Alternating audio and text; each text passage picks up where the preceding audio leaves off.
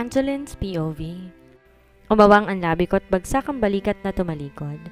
Nasalubong ko pa si Nadia, masama ang tingin sa matanda, kung kaya't mahina akong tinapik sa braso niya. Baka makita ng matanda, iisipin nang aaway ka. Nang-aaway nga ako, Angeline. Nang-aaway ako kasi inaaway ka. Mahina akong tumawa at umiling. Umangkla sa braso niya at pilit siyang hinila pabalik sa bilihan ng mga prutas. Nagmamaktol pa ang kaibigan sa tabi ko, ngunit di ko siya pinansin. Wala naman ako magagawa kung di na sila tumatanggap ng aplikante, Nadia. Maghahanap na lang ako bukas. Pagmabakalma ko sa kanya sabay bayad sa tindera. Kahit na, sana sinabi ng maayos na paraan, hindi yun nagtataray. Maayos naman ang pagkakasabi ni Lola eh. Putol ko sa kanya. Hinila ko siya sa gilid matapos lumapit ang dalawang dalagang namimili. Dinig ko pang hagikik nila at pagmasid sa screen ng hawak na cellphone. Nawala tuloy kay Nadia ang atensyon ko at natutok sa kanilang dalawa. Grabe, mag-aasawa lang. Kailangan marami pong pagpipilian. Iba na talagang mga mayayaman. Bigkas ng isa, kulot ang buhok. Montero ba naman? Pati media kuryoso sa muling paghahanap ng asawa ng panganay nila. Segunda nung isang maliit ang buhok. Nagpantig ang tenga ko matapos marinig ang apelido ni Andre. Nagkatinginan kami ni Nadia at sabay na napakunot ang noo. Siyang una nakabawi at lumapit sa dalawang dalaga. Miss, pwedeng patingnan? Check ko lang kung qualified ba tong kaibigan ko. Tinuro niya ako kung kaya't nasampal ko ang hintuturo niya. Nagkatinginan ang dalawang dalaga, ngunit binigay din kay Nadia ang cellphone kung kaya't napalapit ako at nakisilip din doon. At di nga ako nagkamali. Awang ang mga labing tutok ang tingin ko sa litrato ni Andre sa tabi ng matandang Dante. Inagaw ko ang cellphone kay Nadia na maagaw ng atensyon ko sa balita. Nakasaad doon na muli sila naghahanap ng fiancé para kay Andre. Nakasaad din ang pinakauna sa listahan na yung Ate Zebby at si Ate Sam. Humigpit ang hawak ko sa cellphone at nagtagi sa mga ngipin. Naiinis na nagsisimula na naman sila sa pakulo nilang ganito. Kumuyom din ang kamay kong may hawak na plastic ng prutas. Di ko lubos maisip na ipapaskil nila sa social media ang ganon. Hindi man lang sila nag-effort na hanapin ako kahit pa ako naman talaga ang fiancé ni Andre. Angeline, baka masira mo yung cellphone, ibalik mo na. Bulong ni Nadia sa gilid ko. Huminga ako ng malalim at sinantabi ang galit. Maliit din akong ngumiti sa mga dalaga at mahina akong ibinalik ang cellphone. Kita ko sa tingin nila na nawiwirdohan sila sa akin, kung kaya't agad silang tumalikod matapos makuha ang cellphone. Huwag mo nang isipin yon, Angeline. Hindi mo deserve ng ganong lalaki. Ang deserve mo yung kaya kang ipaglaban.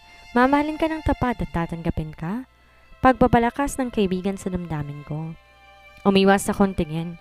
Hinaplos muli ang tiyan ko. Pinapangako ko na kahit ako lang mag-isa, bubuhayin kong anak ko na puno ng pagmamahal. Hindi ko kailangan si Andre o kahit sino pa mang Montero. That's my girl. Girl power, Angeline. Aning Nadia. Tinaas pa nito ang kamay kung kaya't mabilis ko siyang hinila palayo doon. Ngunit ako mismo ang natigilan at namilog ang mga mata. Matapos mahagip ng tingin ko si Baron at Anton kasama si Mr. Greco. Mabilis kong hinila pa sa lungat si Nadia na nagtataka pa. Hindi pa tayo tapos mamili, Nadia? Hindi ko siya binitawan at tuloy-tuloy lang na lumakad. Hinahanap ang exit ng palengke.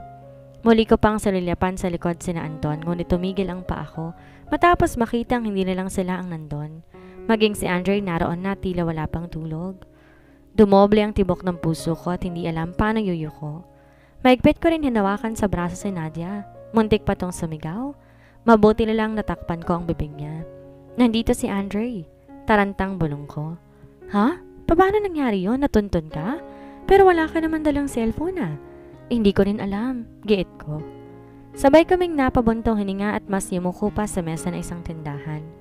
Imbes tumakbo na, dahan-dahan pa naming sinilip ang kinaroroonan nila Andre na nasa tindahan din ng prutas ngunit may kalayuan sa akin.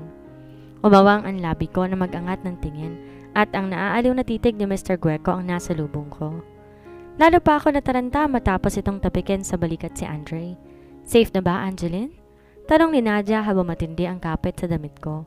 Umiling ako at di makapagsalita. Takip ko ang bibig at ilong upang hindi masuka sa amoy ng basura sa harapan. Dito ko hinila kanina si Nadia para lang hindi makita ni Andre. Uy, Angeline, ano na? Kulit nito sa akin. Umiling akong mali. Lumayo na sa pinagtataguan at agad na nagduwal sa bakanteng lote. Nang matapos, pinunasan ko lang ang bibig ko sa panyo bago pinasingkit ang tingin sa loob ng palengke. Hindi na tayo safe dito, Nadia. Bumalik na tayo sa bahay kubo. Imposibleng di sabihin ni Greco kay Andre na nakita niya tayo. Sure yan. Baka nga kailangan natin lumipat ng bahay Mungkahin ito. Agad akong humiling at inila na siya upang makapagpara ng tricycle. Hindi muna. Di naman nila madaling mahahanap yun Isa pa, sayang yung binayad natin kay Aling Glenda. Sa bagay. Sino ba namang mag-iisip na mananatili tayo sa kubo? Siyempre hindi si Andre. Condominium lang alam nun. Ani pa ng kaibigan. Sabay kaming napangisi at napailing. Pumara ng tricycle at nagpahatid sa bahay kubo. Kumpulan pa sina Aling Glenda sa gilid ng bahay niya nang makababa kami. Pinagkakaguluhan nila ang cellphone nito.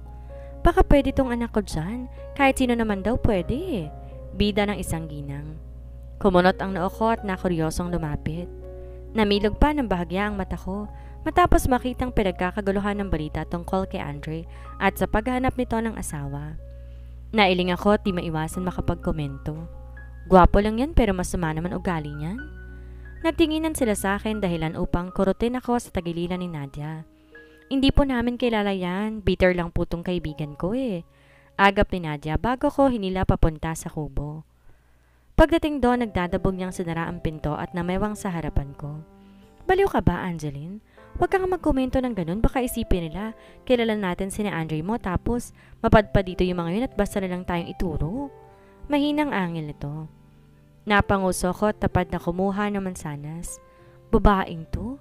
Naniniramon ako rito tas kumakain ka lang dyan? Isa pa, dapat iba ng pangalan mo, hindi na Angeline. Sandali, iisip ako. Kinunot pa ang noo at tumingin sa bubong at akmang nag-iisip. Sige lang, mag-isip ka. Malabo nila tayong matuntun dito.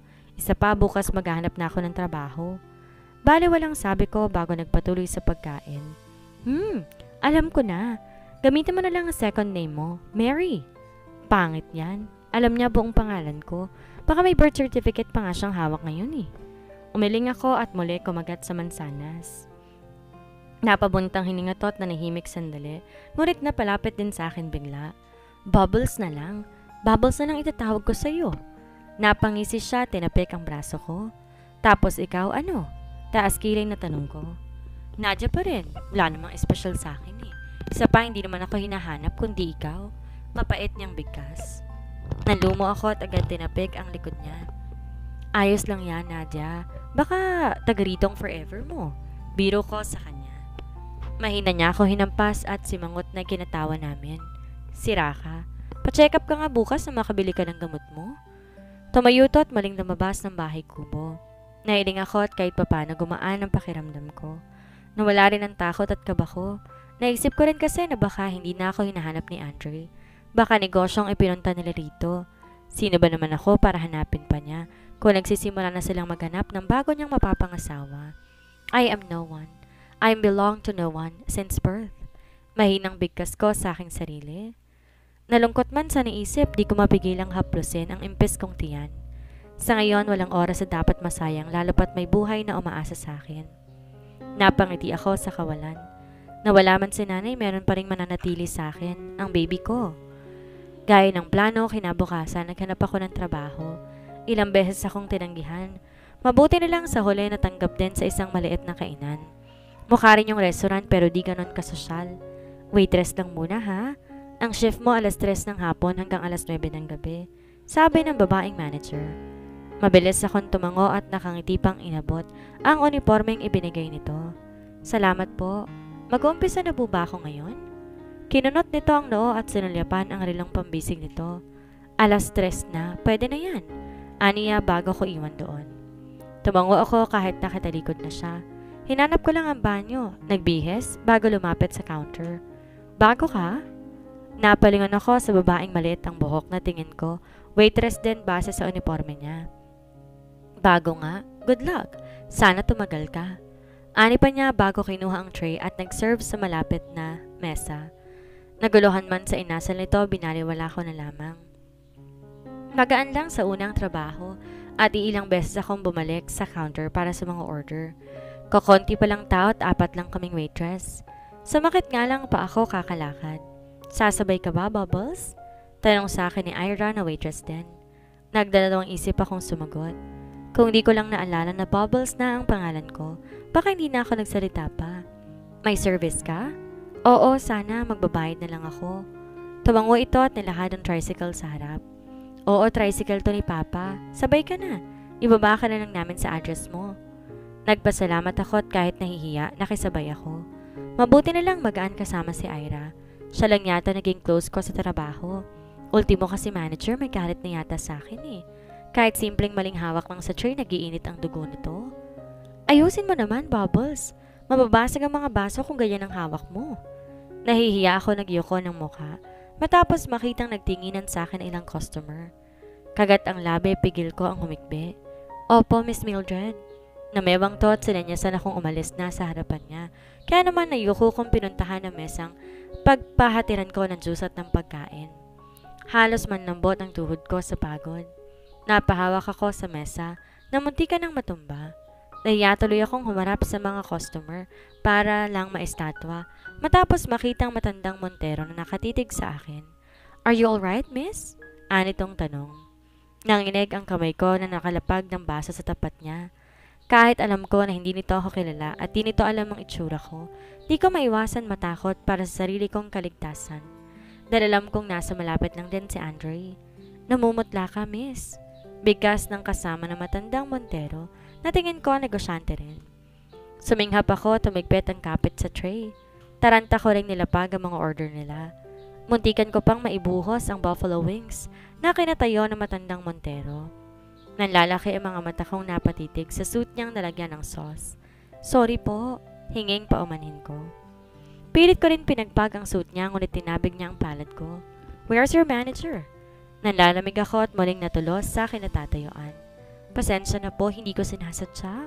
Bulong ko at malamig ako nitong tinignan. Kagaya kung paano tumingin si Andre. I want to talk to your manager. Ulit nito. Nagangat ako ng tingin. Pero po, hindi ko po sinasadya. Stop. Whatever it is, I want to talk to your manager. What an inefficient employee you are. Asik nito na siyang sumugat sa puso ko. Nangilid ang luha sa aking mata. Alam kong oras kausapin itong manager, mawawalan ako ng trabaho. That's enough, Dante. Calm down. Let's just move to another restaurant to talk about the stand. Suyo ng kasamang negosyante nito na nakapagpakalma sa akin. We will stay put for the bill. Don't worry. Baling nito sa akin kung kahit tahimik akong tumango. Pagsulyap ko naman sa matandang Montero, aborido na to kung kahit inabutan ko ng tissue habang ang kasama niya inabutan siya ng alcohol. You're lucky today, miss. Next time, avoid making mistakes. Bigkas nito kaya malit akong tumango. Thank you po, Mr. Montero. Mahinahan kong bigkas. Ngunit nagtaka ako matapos silang matahimik. Pagsulyap ko, nagdududa na ang tingin sa akin na matanda. How do you know me? Tanong nito kaya namilog ang mga mata ko. Di ko alam na sabi kong apelido niya. Napakurap ako at di niya alam paano lulusutan. Sa inip ng matanda sa sagot ko, nagwisik to ng alcohol sa kamay. Ngingiti na sana ako at muli na lang hihingi ng paumanhin, ngunit sinalakay ng amoy ng alkohol ang ilong ko. Agad akong napatakip sa bibig. Napatras at sunod na alam ko na lamang, tinatakbo ko na ang banyo at doon nagduduwal. Inahapo ko na mailabas lahat at tagaktak ng pawis sa noo ko. Nanlalambot pa ako ng lumabas at masalubong ang nag-aalalang itsura ni Ira. Inabutan din ako nito agad na isang basong tubig. Nakita kita, tumakbo rito, kaya naman sinundan kita. Ayos ka lang ba, Bubbles? Malit akong tumango sa harapan niya. Ma'am, masama po ang pakiramdam ni Bubbles. Bungad ni Ira. Tumikwas ang kilay ng manager at pinasadahan ako ng tingin.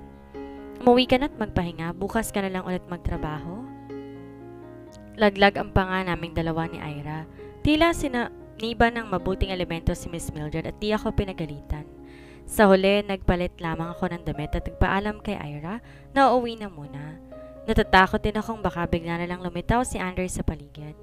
Tingin ko, kailangan ko na rin mag-resign. Kahit masakit ang mga paa ko at likod, matyaga akong tumayo, nagabang ng tricycle.